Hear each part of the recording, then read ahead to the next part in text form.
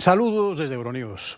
Este jueves, en el que el Parlamento Europeo ha resuelto advertir seriamente al régimen militar egipcio por la desaparición forzada de líderes de la oposición, el asesinato de 900 manifestantes en 2013, la condena a muerte de más de 3.000 personas desde 2014 y la ausencia de democracia, España finalmente intenta pasar página con respecto al fallecido dictador. En el Reino Unido, Johnson usa las elecciones como escudo frente al Brexit y Bolivia cuenta cada voto para ver si Evo Morales confirma su presidencia. Pero hay bastante más. Les ofrecemos las claves del día en 15 minutos. Franco exhumado del Valle de Cuelgamuros a los 44 años de su entierro. Los restos del dictador español trasladados al cementerio de Mingorrubio en Madrid. El primer ministro británico pide elecciones anticipadas el 12 de diciembre para evitar un Brexit pactado. Johnson necesitará 2/3 del Parlamento para sacar adelante la proposición electoral. El presidente del Banco Central Europeo, Mario Draghi, asegura que asistimos a un debilitamiento económico más prolongado de la economía de la zona euro. Huelga de las jugadoras de primera que no logran de la asociación de clubes que les paguen al menos el 75% del salario mínimo. Pese al aire de solemnidad e incluso de homenaje que finalmente ha tenido la exhumación de los restos de Francisco Franco en el Valle de Cuelgamuros, en Madrid, no ha podido sofocarse la raíz valleinclanesca de un esperpento en el que se mezcla una familia de fortuna con origen en la jefatura del Estado español durante la dictadura. Unos seguidores entre los que se encuentra un exguardia civil que fue golpista pistola en mano al que le permiten atravesar un cordón policial, o unos seguidores franquistas frustrados por un traslado en helicóptero para evitar así bloqueos de carreteras. En la Unión Europea, los restos de los dictadores o son inexistentes o discretos. El caso de los restos de Franco, subproducto de la posguerra mundial en la que fue tolerado por la mayoría de las potencias triunfadoras, ha tenido hoy un tardío punto y aparte. 44 años después, Francisco Franco abandonó el Valle de los Caídos.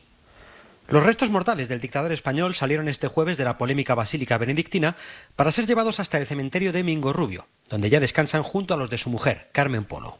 Los familiares de Franco fueron los encargados de llevar el féretro hasta el exterior, donde un coche fúnebre lo esperaba para transportarlo seguidamente a un helicóptero que lo trasladaría a su nueva sepultura. Todo el proceso fue retransmitido en directo y bajo una enorme expectación mediática. En el cementerio de Mingorrubio, decenas de seguidores del régimen franquista esperaban la llegada del féretro. Entre ellos estaba el exteniente coronel Antonio Tejero, protagonista principal del fallido golpe de Estado del 23 de febrero de 1981. Los familiares de Franco fueron recibidos en el cementerio con aplausos y gritos de ánimo. Con la exhumación y posterior inhumación de Franco, el gobierno de Pedro Sánchez pone fin a una de sus más sonadas promesas electorales, como parte de la llamada Ley de Memoria Histórica, nacida durante el mandato del también socialista José Luis Rodríguez Zapatero. Plena tolerancia policial en España a los seguidores franquistas que se concentraron en el cementerio de Mingorrubio. Entienden que se ha profanado la tumba del dictador al que llamaron caudillo. Más de un centenar de seguidores de Francisco Franco se reunieron este jueves cerca del cementerio de Mingorrubio, en El Pardo, Madrid, para expresar su rechazo a la exhumación. Historia de España, le guste o no le guste.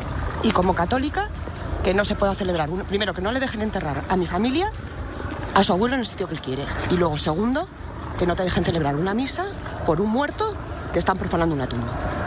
La operación, ordenada por el Gobierno de España, satisface el deseo de muchos ciudadanos, aunque otros están en contra o son críticos con la controvertida medida.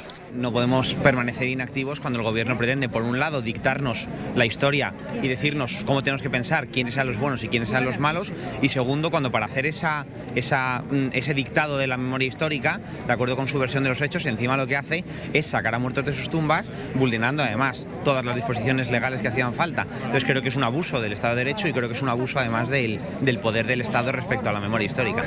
Los restos del dictador fueron extraídos del Valle de los Caídos y están ya junto a los de su difunta esposa.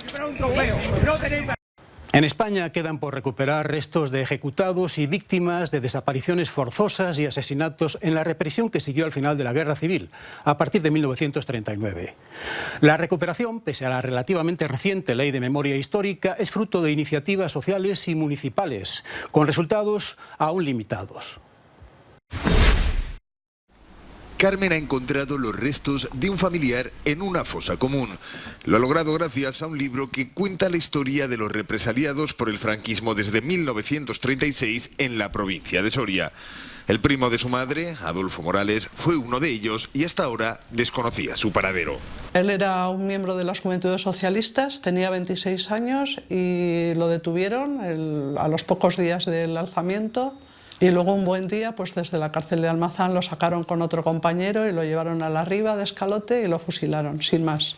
En España se calcula que hay más de 100.000 desaparecidos como consecuencia de la dictadura, aunque el Ministerio de Justicia considera que solo serían recuperables los restos de 25.000. A pesar de que algunas fosas comunes han sido abiertas, queda mucho trabajo por hacer.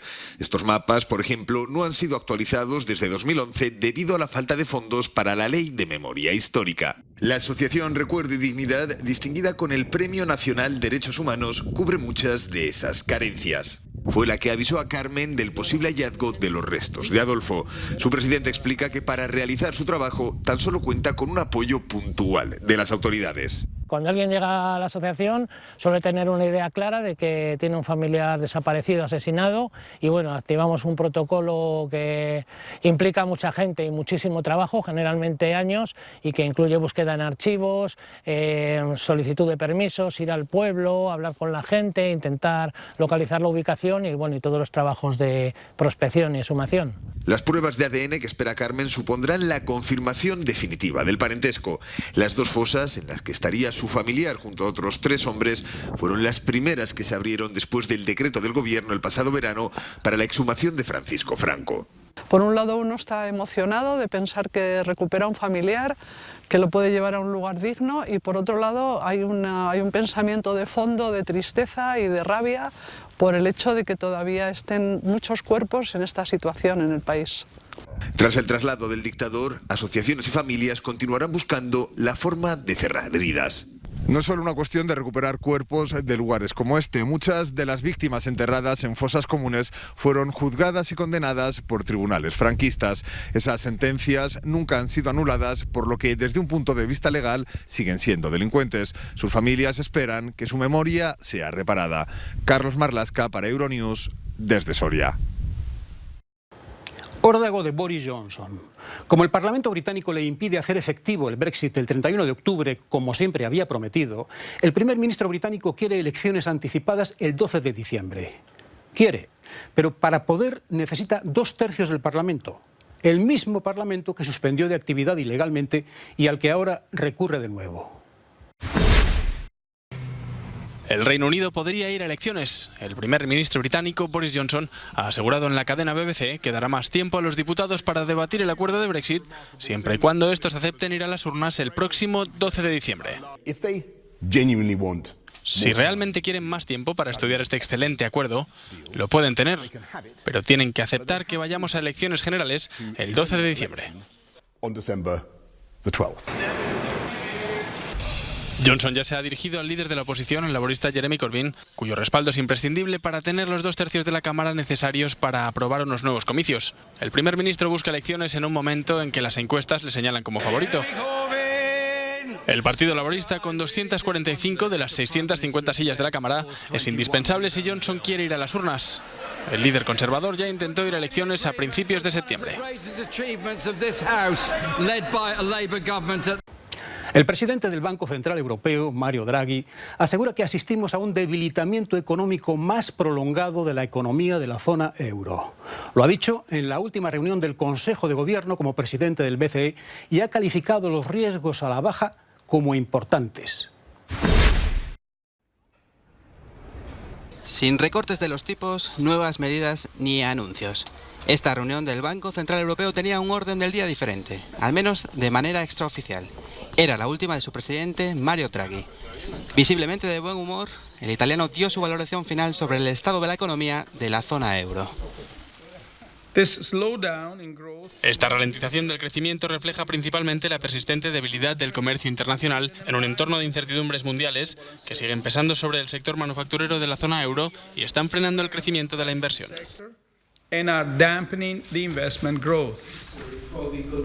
Draghi tuvo que responder a preguntas del tipo personal, entre ellas la recurrida de si se convertirá en el próximo presidente de Italia. En cuanto a lo que voy a hacer a continuación, como dije antes, mejor pregúntenle a mi esposa. Ella creo que lo sabe mejor. Es el fin de una era.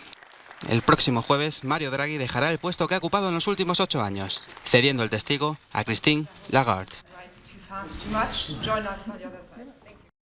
El presidente de Bolivia, Evo Morales, aseguró este jueves que irá a segunda vuelta si no logra ganar en primera, aunque confía que el recuento final le dé la victoria sin esperar a otra ronda electoral. Vamos a la redacción española de Euronews, donde nuestra compañera Natalia Oelsner ha seguido de cerca unos comicios que nos presentan un país en el que gobierno y oposición están casi a la par. ¿Cuáles son las perspectivas, Natalia? Bueno, la situación en Bolivia es bastante complicada en este momento, ya que tanto la gente que apoya a Evo Morales como la gente que se le opone y que se opone a su reelección han asegurado que no van a dar el brazo a torcer fácilmente, que van a salir a las calles a defender su voto, a defender la democracia. Entonces hay que ver cómo se organiza la oposición, cómo se moviliza la población. Todavía estamos a la espera de los resultados oficiales. La tendencia asegura que Evo Morales estaría ganando en una primera vuelta. Sin embargo, todavía no se han dado a conocer los resultados oficiales, así que hay que estar atentos a cómo evoluciona todo este movimiento. Las jugadoras de fútbol de primera división en España se encuentran con unos clubes que no quieren pagarles ni siquiera el 75% del salario mínimo. Tras negociaciones en círculo durante meses, están en huelga. Una información de Ana Buell. ¿Cuándo llegará la igualdad al mundo del fútbol? La huelga indefinida que acaban de anunciar las jugadoras españolas de primera división deja en evidencia su precariedad laboral y el abismo que separa el fútbol femenino del masculino. Tras un año de infructuosas negociaciones con los clubes, las futbolistas españolas han decidido colgar las botas. Reclaman un convenio colectivo digno e igualitario. La presidenta de la Asociación para Mujeres en el Deporte Profesional insiste en la necesidad de dicho convenio. No podemos trabajar como si fuéramos profesionales y exigir que las deportistas estén entrenando todos los días cuando no tienen seguridad social, cotizan apenas 2 días, están de alta 2 días con salarios de 300 euros y esto estamos hablando en primera división.